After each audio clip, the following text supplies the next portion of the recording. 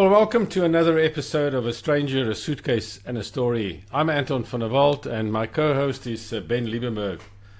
This is the podcast where we explore the journeys of people who have left everything familiar behind to build a new life in a new land. Together we delve into stories of migration, identity and belonging, what people carried with them, what they left behind, and what they've discovered along the way. Whether you're an immigrant yourself, thinking about starting over, or just curious about stories behind the suitcase, you're in the right place. So let's delve into the conversation today. And before I introduce our guest, hello Ben. Good day, Anton. How are you How are keeping? you? That's good. Cold and wet in winter. That's right. We've had a lot of rain recently. So today our guest is Donovan Odendaal, and Donovan, we're very excited to have him on the podcast. Donovan is the father of two amazing kids, two resilient boys, 8 and 11 years old, and he said he's partnered with an amazing wife and a soulmate who kept pushing us or them to make the move over, which is quite interesting, Donovan, that it's your partner that pushed this thing. But you say that without them, I would have not had the resilience to keep pushing on, and that he's working hard at his career as an audit director, so as a finance man, and I think an interesting thing that I picked up from Donovan is that he says that the one thing that he's learned over the time in his career, and especially when moving across, is starting to become uncomfortable or becoming comfortable when things are uncomfortable. So Donovan, welcome to the podcast. Thanks, Anton. Great to have me here. Yeah. So Donovan, as the name of the podcast, it's Ben and I, when we got to this idea of this podcast, we've know many people that have come across and where we are in Australia, and many, of course, from our homeland where we came from, South Africa, like yourself. So you came from South Africa. Where do you come from, Donovan? Originally Johannesburg, so just north of Joburg, area called Kalami. It's different when you're speaking to South African and you say where you came from versus telling an Australian where you came from. So Joburg's a little point. Yeah. Kalami to northern Joburg. And then what did you do there? What was your role that you have there and the vocation that you had? So I was a professional service provider. So worked up my way in the same professional services firm from just fresh out of varsity, and then right through to in the same firm for 16 odd years. So worked my way up from article clerk, was termed back in the days, and right through to partner. Managed a fee-based clients in the smaller micro enterprises industries. Yeah. So before we get into I know Anton is always very keen to get into the career path of things, with his background. But for me, I'm always interested to find out, a little bit more about people and their background. And so tell us a little bit about where you grew up and how you grew up, and a little bit about your history as a kid and how you experienced life growing up.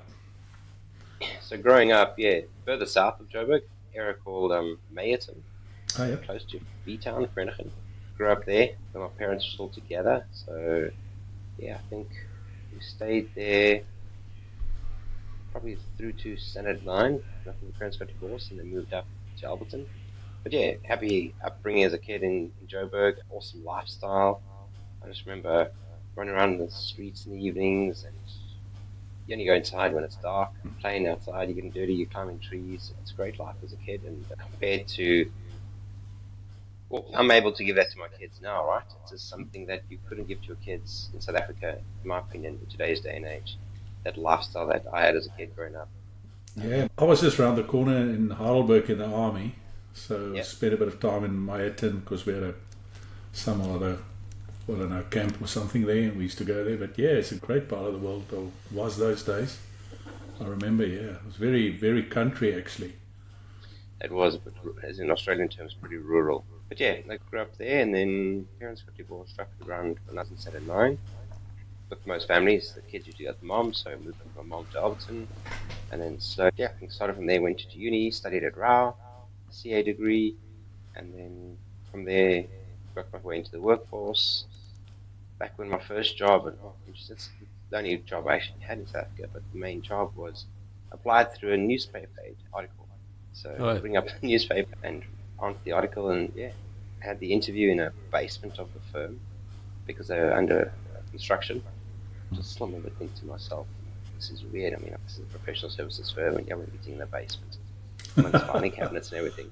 But that's in a nutshell. Yeah, good. Why did you choose that direction? What made you think you want to become a CEO one day? Oh, funny story. I think I only got 49% for my accounts in matric. So it wasn't that decision. It was a decision made much earlier on in life. It was money, follow the money. I had the interest for business, I had the interest for accounting.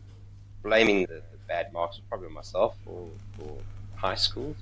Yeah. But to a part, I think the quality of the education, the teachers, it never sunk in. Accounting for me basically only sunk in first year of varsity. Things have sunk in, made sense. So, but to answer your question, after the money, I'd say. Yeah. CAs have a good reputation in South Africa. They still do. International recognition. So, yeah. That's the first person I've ever heard that got 50% for accounting in high school and then become a CA. So you definitely were only jolling in school, I think, if you ask me. Because I've heard many stories about CAs trying to take that exam more than once, right? Yep, 100%. Yeah. So what were you interested in over and above, obviously, your school career? Are you anything outside of school that interests you? Are you involved with? Yeah, growing up, I was pretty much a loner. So family and friends were close, but I was never a team player, so I didn't partake in much team sports. My dad tried to get me into local athletics clubs or local rugby, but that was never my thing. I'd say my love for sports and the outdoors was more as a sole individual. Anything that was me on my own. So running, I took up running at a very young age, really enjoyed that. Outdoors in the open air, walks, hikes, gardening, anywhere where I could go out and just be on my own. That was my go-to. That was my rehab, I'd say. Just being alone with your mind. All right. And why Rao? What made you go to Rao? Well, it was in Johannesburg, Ben. Oh, yeah, it was in Joburg. I had the option. I think I only had the option of Wits or Rao because I didn't want to be a res. I wanted to still commute in. So it was Wits or Rao just had the better qualification on the accounting side of things. They had the better recognition. Yeah. But it was a bit of a mismatch, I'd say. But yeah, I think I made the decision to go into the refrigerator, as they so called it. That thing was always a refrigerator in winter. I remember. Gee, it kept you awake while you did your lectures. So I suppose you say that, and I just want to, when you were saying Rao, that was the thing that came up. I remember I never went to Rao University, but I visited the campus a couple of times when I was younger. My father did some work there at one point, and I remember going into Rao, and it was just concrete. And that was my memory of Rao, and concrete and cold. 100% right. That was what it was like. Yes, ice cold, man. Ice cold. So, Donovan, thank you for that. I think we got a good idea of how you grew up. And, of course, you're mentioning the kind of life that you had as a kid. And so, at what point did you in your family, or I suppose your partner, your wife at the time, decide or think about maybe we need to immigrate, go live somewhere else? How did that come about? It was no part of my doing. It was more my wife's pushing that, just opening up my mind to, is our future in South Africa or is it abroad? And it came up pretty often, pretty much of a point for contention in our marriage as to, are we going to settle in South Africa? Are we going to settle abroad? My mindset was, well, in my career, I'm a partner in a business that I've grown up from 15, 16 years. Why would I want to leave? I'm happy. We're growing the business, great work-life balance. Yeah, the country's not great, but why would I want to leave? And it was her constantly just pushing and just opening my mind and saying, what's it going to take? Like, some of the conversations were pretty frank. What's it going to take for you to make your mind up? Is it going to be a housebreaking? Is it going to be something worse? Is it going to be family? What's the risk? Because all those telltale signs were just coming closer and closer. The gory stories that you hear of, they weren't just friends of friends of friends being impacted. It was more, someone's aunt, or the neighbor down the road, or we just heard gunshots 2 nights in a row kind of thing in our neighborhood. It was more of that opening up. So that was the start, but it still never clicked. And what happened is, I think the mindset was always, my wife's side was New Zealand, and it was like, no go, right? It's cold, it's miserable, it's even worse than what Sydney is at the moment. And I was like, no. And my cousin actually approached us and said, listen, they're looking at immigrating to Australia. And I was like, no, what? Seriously? So we gave it some thought and said, okay, well, Australia, that's interesting. And delved into it and thought, we're on the skill shortage list. If we want to get in, we've got to get in before the age of 45, I think it was. Yeah. We've got to get your ducks in a row kind of a thing. And those little doors opened up. And at the time, just before we made the decision, we were in the middle of an acquisition at work, final practice we had acquired in Fourways in Johannesburg, and reached out to one of the partners there. There was rumors that they were immigrating, and that's the reason for the sale. And I just met up with her for coffee and said, listen, these are the rumors, we hear you're going to Australia. What's the reason? Is that true? And what's made you decide to do this? And she just explained in a nutshell that, you live in your bubble, right? You live in your enclosed office estate, you live in your community, your local shops, etc. And you got to be aware of the risks. But living in that bubble, you got to break that bubble and just look further. Look at what's the future for your kids. Look at what's happening to the big country. Look at what's happening to the economy. And that, I think, was the light switch for me. Was, oh wow, this is not coming from a professional.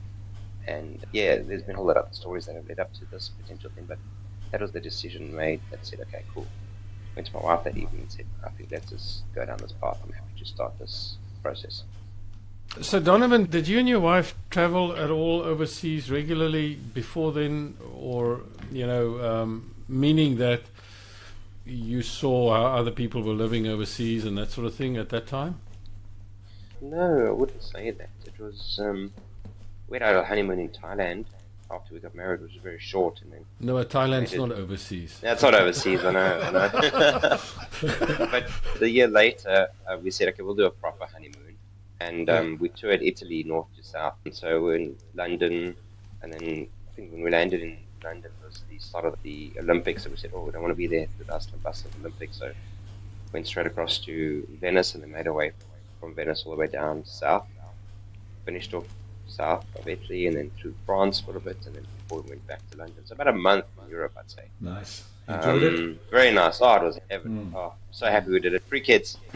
Very happy we did that. A bit easier. But still, it was more as a tourist. It wasn't assessing how people. You got to see how some people lived, but it wasn't a comparison. It was still like the fairy tales going abroad to Europe, right, versus South Africa. Yeah.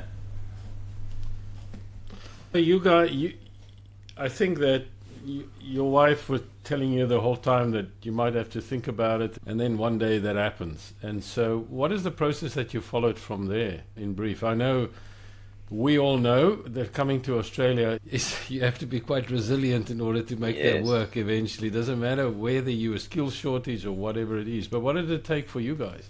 I'd say God was in our court from that day. Yeah. I think in the lead up to it, he was in my mind the whole time, pushing me, directing me, making me think about these things. But the reason I say it was all in his hands and he made it possible was because we didn't have any hurdles. We didn't have a single hurdle. Anything that we thought would potentially be a hurdle in the decision to immigrate, etc., it was not a hurdle, which was amazing. So my wife was born in Israel, but a Russian coming across from Israel and South Africa, born in Israel before she came to South Africa with her family. And all the docs were in Hebrew, right? So we had all those original docs and part of the birth certificates and whatever's got to happen. And we thought, oh my word, now we've got to have this translated.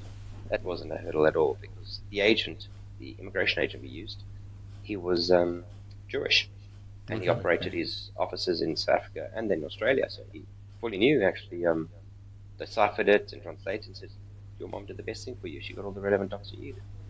To going back to Rao and getting my academic transcript was Rao had changed. Rao was now University of Johannesburg, and you got to get this linked to Rao because that's the entity it's linked to. That's where your qualifications came out of, your certificates match up to that. And we thought that was a hurdle.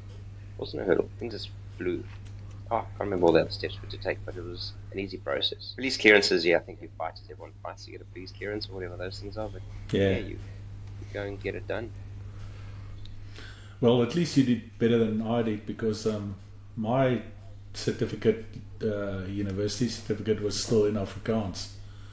So I had to go back to Stellenbosch and try to get one in English, which, we just got because my wife's got a friend working there and she organised it for me. So, like most things in South Africa, it's not so much how you do it, it's who you know and who can help you along the way.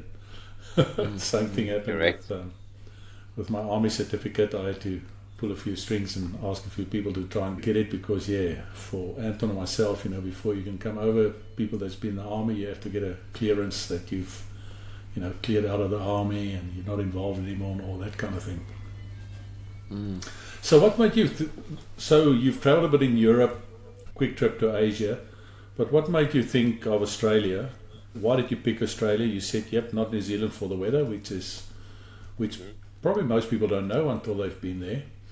But why else? Why did you decide, being a CA, you could easily go to London, I suppose, as well, or there's other English-speaking countries that you can go to with that qualification. Why did you pick Australia, and why Sydney? There you go, correct. So, the world was the oyster, right? I think Australia, because partly weather. I can't deal with the UK weather. You give me 3 or 4 days of overcast and I start getting depressed. I try and hunt for the sun. So weather was one of the key factors. And then, the cultural aspect, where there's similarities in the way people operate and similar beliefs and cultural mindsets, right? So that made sense, and we were on the skill shortage list. Yep.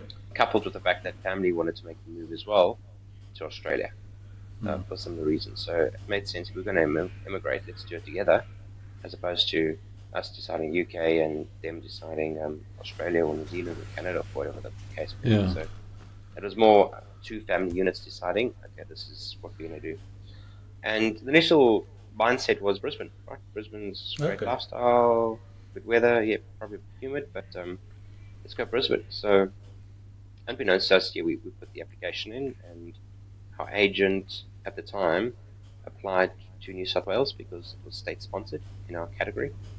So lodged it and then came back saying, you got the 190 state sponsor for New South Wales. And we're like, didn't think about that. Let's just hold on and just see if Brisbane comes back. I think we had 60 days to wait, and nothing came through. So we said, listen, family, this is what's come through. It's New South Wales. We have no other choice. We're going to lodge this. My cousin and his family, they were fine. He was a plumber and she was a teacher, so there's no issues for them. They already had their visas sent off. They could go anywhere. They could go anywhere in Australia. And the question was then to my younger cousin, which is my cousin's brother. Even his wife also CAs, and they hadn't heard about this 190, so they questioned, oh wow, what about us? What's this 190? So we explained the situation. Anyway, we lodged December 2018. They heard about this 190 in December 2018. We reached out to their agent. They lodged Jan 2019, and they never got here until 22. Wow. Same credentials, same point system, same everything. Just that timeline of getting ours in and theirs, we got in time pre-COVID. So I suppose it was also COVID. I suppose we also cut in that era that made it probably a bit more complicated. You guys. And elections, there were elections here as well, which is a fact. Yeah, that is right. And everyone asks Sydney. In hindsight, I would have loved to go to rural and not deal with the hustle and bustle of Sydney life, but just logically made sense. We're coming across without jobs. We'd make contacts and networks, but no secured work.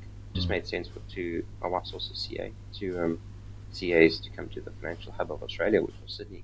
Yeah, absolutely. So you have to love Australia, that you're a CA or a doctor and, the guys struggle to get in, but if you're a plumber and a nurse, no problem, you're in. No problems. You just get in straight away. Unbelievable. Diesel mechanic, no problem. Come in, 3 months, here we go. CA, not so sure. So your kids were quite small then when you came in, right? I mean, 3 and 6. Were 3 and 6, yeah. How did they experience it? Did it matter for them? Did it just the same? We were top of our mind was them, right? So we pulled them out of their system, their structure, their schooling system. So we're all about, we've got to make sure that they're comfortable. And despite the advice you get that kids are resilient, doesn't matter, look after yourself and your wife, right? No truer words have been spoken because the kids are just so resilient. It didn't impact them. It didn't impact them at all. So, yeah, they've settled in pretty well, made a good group of mates. Loving life over here. Yeah, that is so. You're right. I think I've heard that so many times. I mean, Ben also came across no kids, and my situation was very different because my son came across already by the time he was going to come and study. It was pretty hard for him because he was already an adult, and of course, when you go and study, then you've got no friends, and all the schoolmates are very true. somewhere else. But so you came across, and then you ended up in Sydney, right? And that was in 2019. When was that? So our anniversary is on the 18th of November, right. And to meet the criteria to activate your visa, I think we wanted to have our first Christmas in Australia. So timing worked out that, well, let's just arrive and celebrate our wedding anniversary and tune it to our Aussieversary, as the word's termed. Right. So yeah, rocked up on the 17th of November amidst bushfires and drought. I remember that year very, very clearly.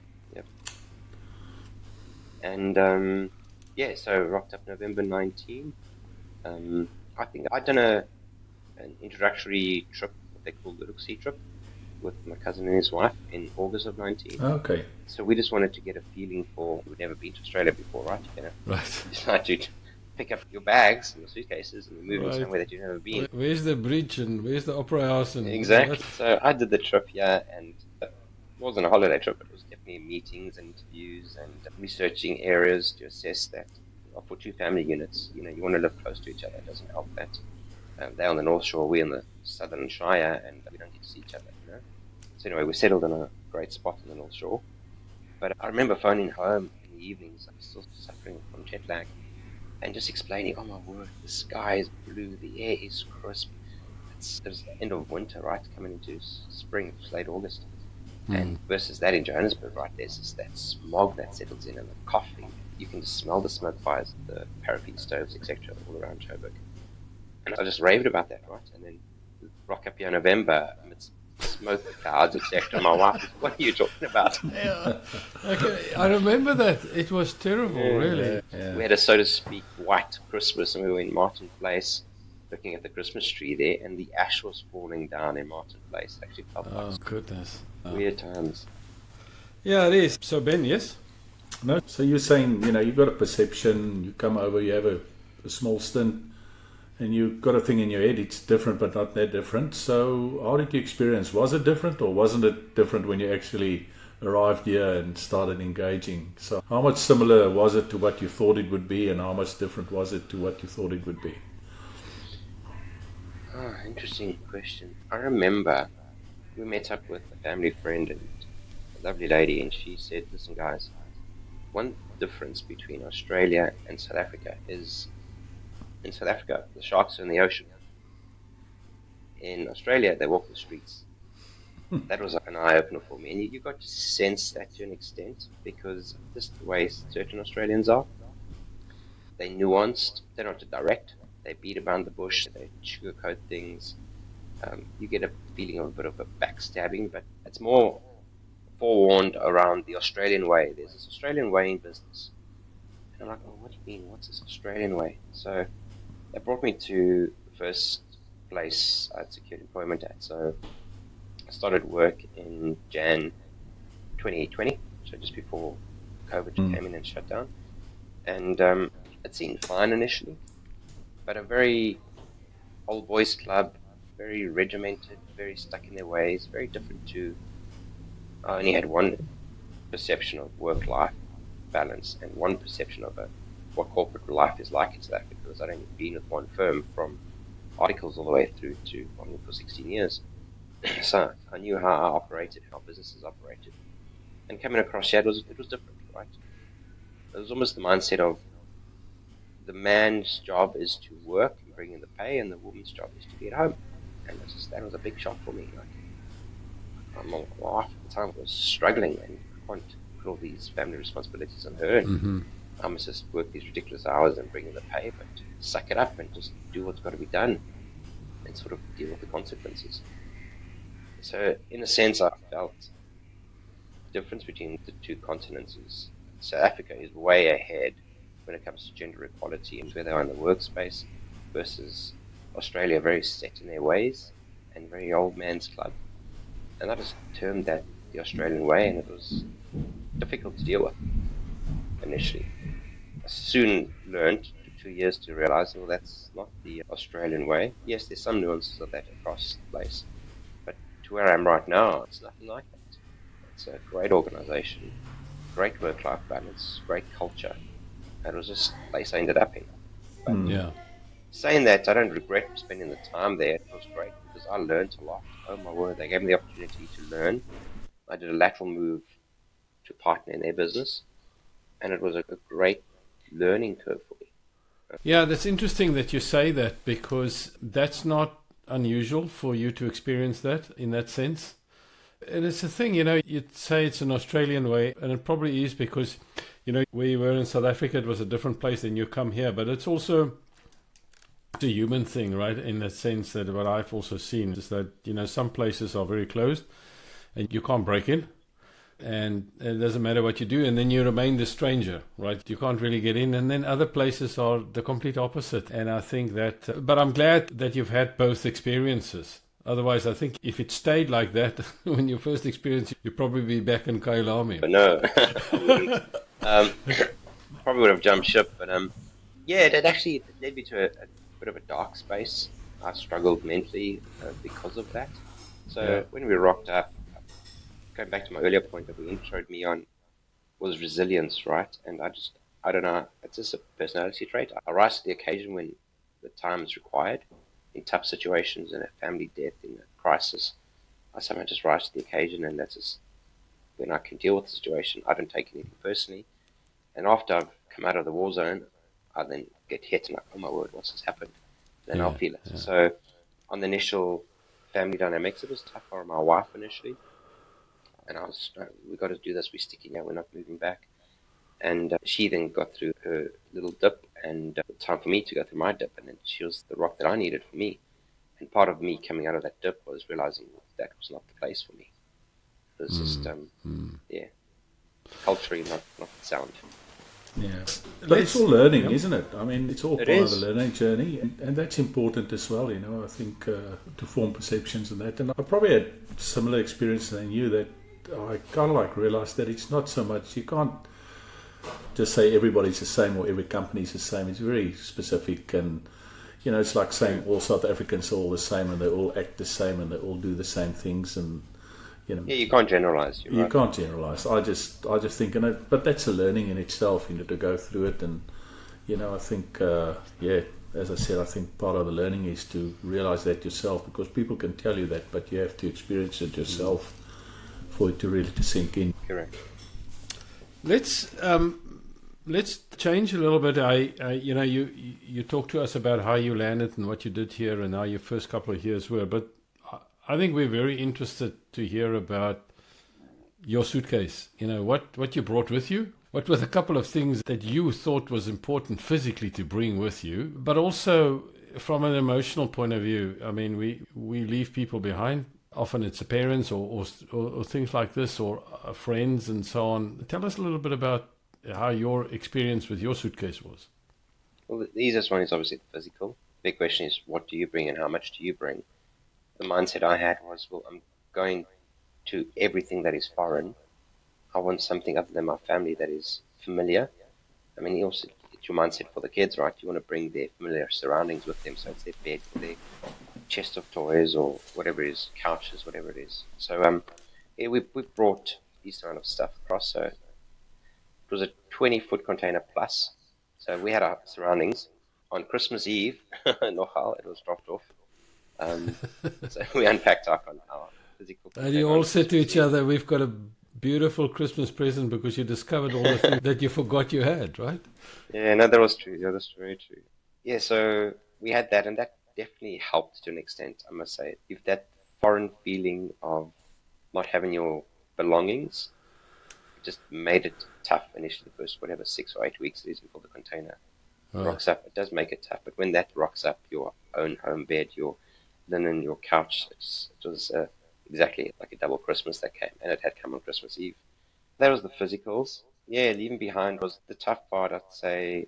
Immediate was the dogs for myself and my wife. Couldn't bring the dogs across. I wasn't going to spend that money. And one unfortunately passed away shortly before we had to make the decision. So going back to what I said earlier, things just fell into place. The one dog, unfortunately, we had to put her down. And the other one, love of my wife's life. So second to me, it was her dog. We found him a secure place. So he's stayed with her mom until he passed away a couple of years ago. So that was a pretty tough thing. And then, yeah, obviously the family. So our family dynamics were, my parents had divorced. My mom had passed away at a young age, 50. So from my side of the family was my dad and his wife and my two siblings. And then from my wife's side, she had no siblings. Her parents also separated.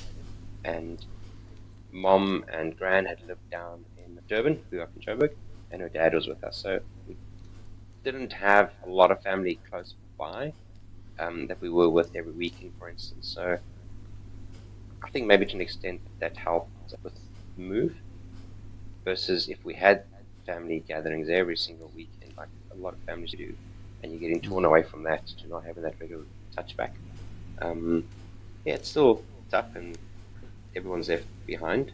Our only saving grace was just having my cousin and their two family units come across for familiarity.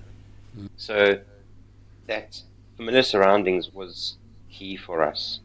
Just going back to the physicals, that was key. And the add-on to that, which was probably an emotional security, was we ended up in a duplex when we rocked up, and the people next door were just there temporarily because they were renovating their house. Became great friends with them. We're still great friends with them now. Anyway, they moved out, and by the time my cousin and his family had come across, it was a place for them to stay. So we were basically under one roof, both doing this thing together. And then COVID hit. Timing was unbelievable. So yeah, you had your familiar surroundings of physical stuff, but you had close family that was there as well through this journey. Not just through an immigration journey, but through COVID on top of it. I must say that was a great intro for us, and just helping us getting settled and dealing with the emotional side of things, the emotional baggage and everything. Yeah, now I can well imagine that for us all that have stayed in Australia during COVID, I suppose Australia or anywhere else in the world was a really difficult time. And we were also lucky in the sense that it wasn't very long after we arrived in Australia, and by that time we still shared accommodation with our son. And so COVID happened and we were all together, otherwise it would have been terrible. Not so much for Leanne and I, but for our son on his own, yeah. So I can well imagine that. And then I think what you're saying is because you had a lot of physical familiar things, it made it easier, and certainly for the kids as well. Yeah, the familiarity was the big thing, but it didn't take away from the emotional tie back to South Africa and the emotional friends and family, etc. Yeah, that was still tough to get over, but I think it would have been worse if you didn't have family literally living right next door or under the same roof. Yeah. At the time, this initial intro was myself and my cousin's wife had secured employment first, and my wife and my cousin hadn't yet. So it was also great for them because, I mean, being alone in a home while you're looking for employment, at least you've got some familiarity next door as well. I mean, they do trips to Big W and do bulk cleaning orders or shopping or get themselves entertained during the day until they found work. Yeah, you can't underestimate the benefit of just having additional resources of family around you at a time like this. Oh, definitely, yeah. When we came over, we stayed with friends for a month as we landed. And it's, yeah, I can relate to that. You know, it's so good to have just somebody there that you can relate to and talk to. And it's a bit like being in the army when things are tough and you look around, you've got a few mates around you, it makes it a bit easier. It's not easier, but it feels easier just because you can see other people going through the same thing with you. So, yeah, definitely relate to that. Yeah, sorry, Ben. No, go for it. Yeah, so Donovan, talking about mates and friends and stuff like that, beyond, of course, you had your family here, and then after COVID, and you left your first position. What did you do to build a network here in Australia? Was that easy, or was it something that you worked on very hard and purposefully to do? It was tough, particularly with COVID. It really was tough to start that network. I mean, I'd started the whole network building back in South Africa, just with a LinkedIn presence. And it was hard. It was difficult to make that connection. I was trying to reach out to South Africans who had made the move across within the finance field. You're trying to make those connections and reach out and chat to people at similar levels or levels below, because generally your move across is not always lateral.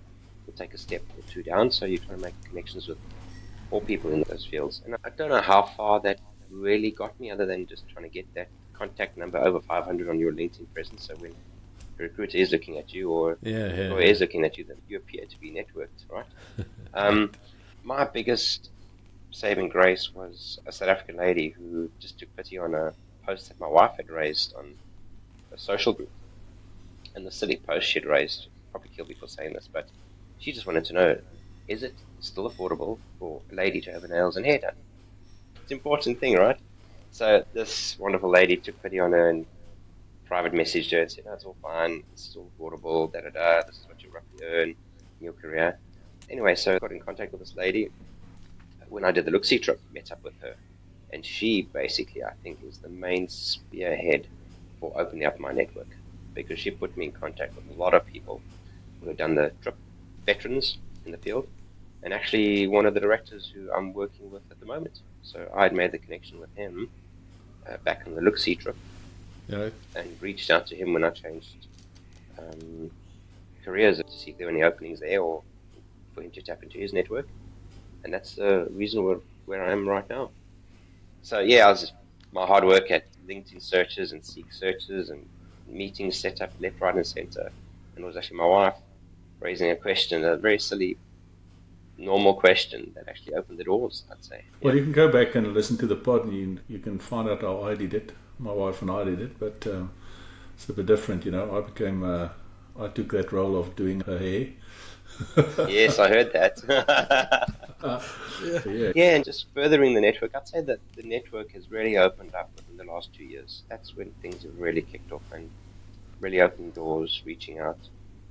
Obviously, I think COVID had a big impact on those network events, right? From simple school gatherings and sports gatherings. You couldn't socialize easily with parents. A lot of the sports had shut down during COVID. Yep. And your ability to socialize with those parents, or play dates, or whatever the case may be, just to try and get to know the community was tough. That only once the world became normal and Australia became normal again, and people were okay to host events and luncheons, etc. Yeah, then it's slowly started to grow. So you also joined, I think, Southern Crossings, didn't you? And how was that experience for you? Because Southern Crossings is like a community or a networking group specifically designed for South Africans advancing Australia. And I think you're also part of that group, right? I am, yeah. I'm also a member of Southern Crossings. It was actually something I was looking for from day dot, and I just never could find anything like that. Right. There's something similar, I think, called the Collins Club in Melbourne, Victoria, and I was looking for something like that. Not necessarily purely South African network, but just a sort of a business network.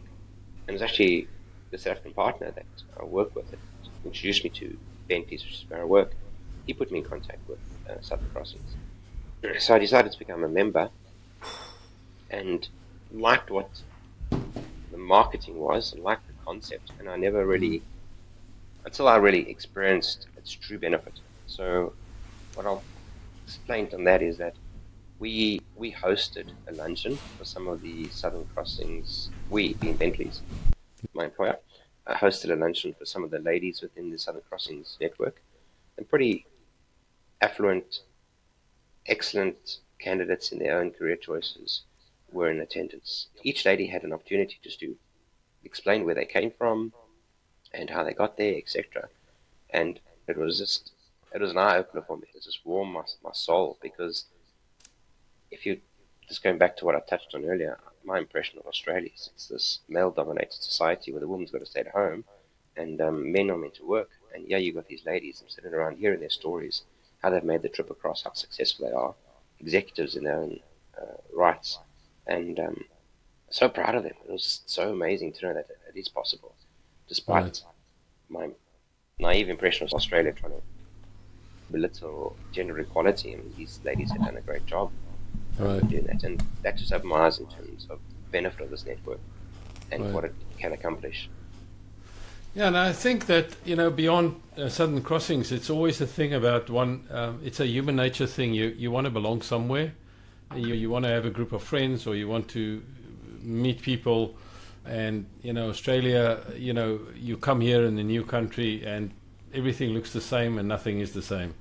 You think it is because of the weather, but it's a very different place. And then, if you can find, I think the key to it is not to pick sides in that sense. You got to have Australian friends, you got to have South African friends. But the one thing that I have discovered, and that's just me, is that often you'd find that people who have emigrated to a country have a lot more empathy for people who have immigrated, as opposed to people who, and I'm sure if we're in South Africa and an Australian immigrates to South Africa, it'll just be hard for them, because they'll get so much flack the whole time about rugby and about everything else and so on. And it's just a nature thing, right? And so when you have immigrated, you have a lot more empathy for other people who come across as well. Maybe that's a segue to the next question.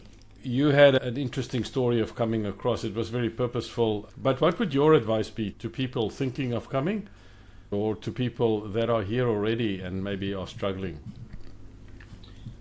Just to mirror your point there again, Anton. Yeah, my initial mindset of coming across was I wanted to integrate. And my idea of integrating was forget about networking with South Africans. It's more about the only way you're going to integrate into the society here is by making friends with the locals.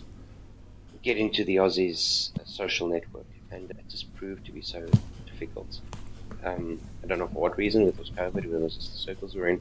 It was very difficult to get into that network. And we found out, as you touched on, that it's more about getting together with people in the same boat as you, and whether that be South Africans, whether that be expats. We've got some very close friends who are actually from Ireland. And you just share those similar cultural beliefs and issues that you deal in terms of immigration. Not to say we don't have Australian mates, we have some great Australian mates, but even more so, I think our current social network is more through the kids' sports, which has a mixture. So it's locals, it's expats, and the South Africans is more from friends and families that have grown. We've actually got a pretty big South African network of friends that we've made and only met by being here.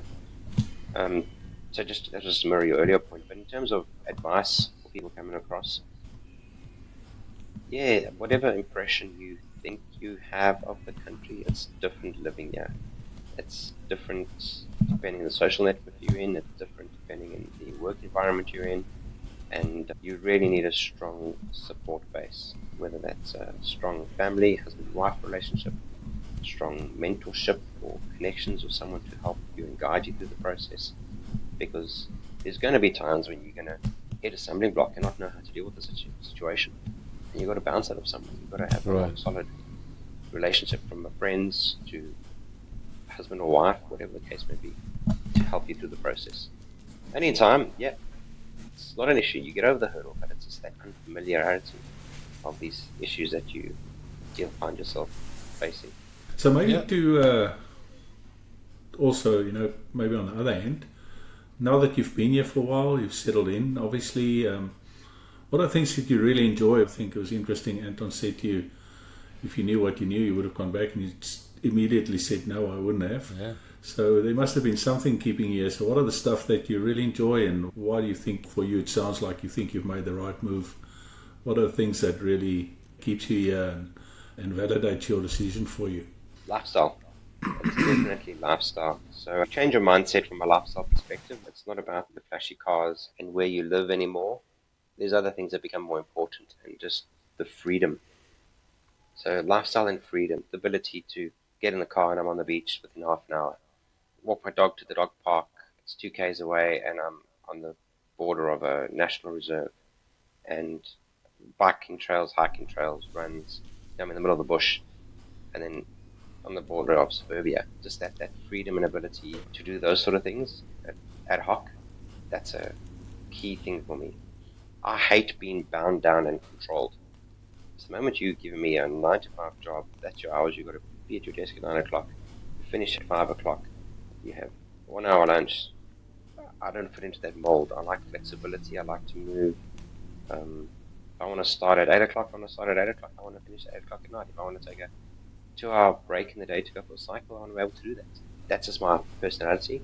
That's what makes me happy where I'm at. Just the closeness to those facilities. And take the kids for a trail run on the weekend, or just being close to all the sporting communities, close to the schools, close to the train line. That's not where I'm going to live forever. I guarantee you that. I can't afford to buy in the area we're living in. It's just, with COVID, it's just ridiculous what's happened to it. Yeah, that'll be definitely potentially semi-rural, I'd say. But that's on the tracks. Yeah, I can live where we live. We're almost rural, but not quite. That's what I want. So, no, it is. That's wonderful to hear. I think that Ben and I are so different in our approach to things, but there's some things that are very similar about the two of us, and that is that there's strong values, things that we value. Ben talked about how he assimilated in Australia was through his kids in the school and getting together in the sporting events. And of course, you talk about the things that you value, and the value of staying in Australia is so different in the sense that it's not where you live, it's not how big your house is. Ben mentioned that before. It's not the car that you drive, but people value here, and it's so close to our values, is the fact that they value the outdoors, they value the ability to go walk your dog in the park, they value the ability to easily get your kids to the school. And the thing that I value a lot about Australia is that it is, and where I know that some people who don't live here says, well, that's a nanny state, and it's not. It's the thing that, things are predictable in the sense, if you go on a road trip, every 250 or so kilometers there's a servo, and that the toilets are clean, and that the servo will sell you a certain amount of the type of stuff that you're going to find there, and it's very predictable. Or if you want to renew your vehicle license, you know exactly what to do. You can't do it slower or faster by paying more or less money or anything like that. That's sometimes what people, when they come here, they realize, and they actually say, well, that's wonderful. Very, very true. I mean, I don't think I'd ever, I was actually talking to someone the other day, to go back and try and deal with all that mayhem of, I don't know, waiting 5 hours in a queue out of Home Affairs, and then only get to the front doors, and then they say, sorry, we're shut for the day, systems are down. Oh, I couldn't go back to that. Yeah. You get here initially, and the Australians are moaning about everything left, right, and centre. The trains are down. And I'm like, guys, just be grateful you got trains. This is amazing. Cut 2 years later, and I'm like, oh my word, the trains are down. I can't believe it. Yeah. Oh, there's a pothole that hasn't been fixed in 2 days. Come on, dude. Yeah, get a bit of an Australian mentality, and you take things for granted. Yeah, just the whole living under a PTSD mentality that wears away, and when that wears away, that freedom over here is something that, and it is for. I think to have the kids experience that is a key. Well, that's what I wanted to ask you. I want to kind of I think we want to close the podcast on this note. Is one of the things that you mentioned right up front, and the thing that's important to you is one of the big reasons why you came across was for your kids. And so to give them a future. And so how are they going? I know you said they're very resilient, but how are they going? Are they assimilated well in Australia? Are they like Australians, like Australian kids now? I wouldn't say they're like Australian kids. They're actually disciplined. Yeah, the South African comes out when it comes to disciplining kids, and you see some Australian parents here. They got a lot to learn about disciplining their kids, I'd say. Not by the rod, it's just more about knowing your manners, knowing when it's your place, when you got to do what chores are, and those basics, right? But yeah, no, they've assimilated pretty well, and thanks to them, I mean, our friendship and networks have grown because of their sporting activities or play dates or birthday parties. So my youngest is still in year 3 now. In year 5, he'll be going to the same school as his brother. Made the move out of public into sort of semi-private last year. He's in year 6 now, and oh my word, he's just come out of his shell. He's just doing exceptionally well. He's out to get the scholarship. His view is that if he gets a scholarship, we've got to go 50-50 because I don't have to pay the school fees. But no, doing exceptionally well. They're both great in maths. I just said both my wife and I are accountants. So the last thing I want is for my kids to be accountants. But yeah, very good in the maths and sciences. And my youngest, he's avid AFL player. Loves the sport. He's a diehard when it comes to AFL. And yeah, got a great community in the club that we joined for him. He loves his Sunday games, etc. Oldest, not so much the sporty guy, but yeah, he's into all that other stuff as well. Oh, but they got good friends, and they're making friends with the right kind of kids. Mixed locals, South Africans, and expats. So no, very happy for them. No, that's wonderful to hear. So Donovan, it's just flown past. We've had a wonderful discussion. I was so interested to hear your story because for every one person that comes here easily and smooth like you did, clearly for me it was about your belief and also about your commitment to make it work. Other people that have much harder and difficult stories, but I think the one thing that's so wonderful to hear from you is how positive you are here and making it work, the reasons why you're here. And I think our podcast is not about comparison. Our podcast is about we've landed here, this is where we are, this is how we make a living, and what can we tell somebody else? Your story to other people, build your networks, make sure you make friends with South Africans, make sure you make friends with Australians. And I think probably the biggest takeaway for me, I don't know for you, Ben, is that don't make up your mind too quick about what's here. Because you just walk in the door, you have one experience, but there are many other experiences. Over time, if you keep an open mind, things change. Anything else from you, Ben? No, it's just great to have you on the pod. Thanks for sharing a story. I'm sure there's a lot of people that can resonate with your story and that'll take something out of it. And for me and Anton, you know, if you help one person, then we've done a good job. So thanks for sharing that with people. It's good to have you in the pod, and I'm sure we'll catch up again. Yeah, we will. Only a pleasure. Yeah, thank you very much, Donovan. I really appreciate your time. All good. Thanks, gents. Really appreciate having me.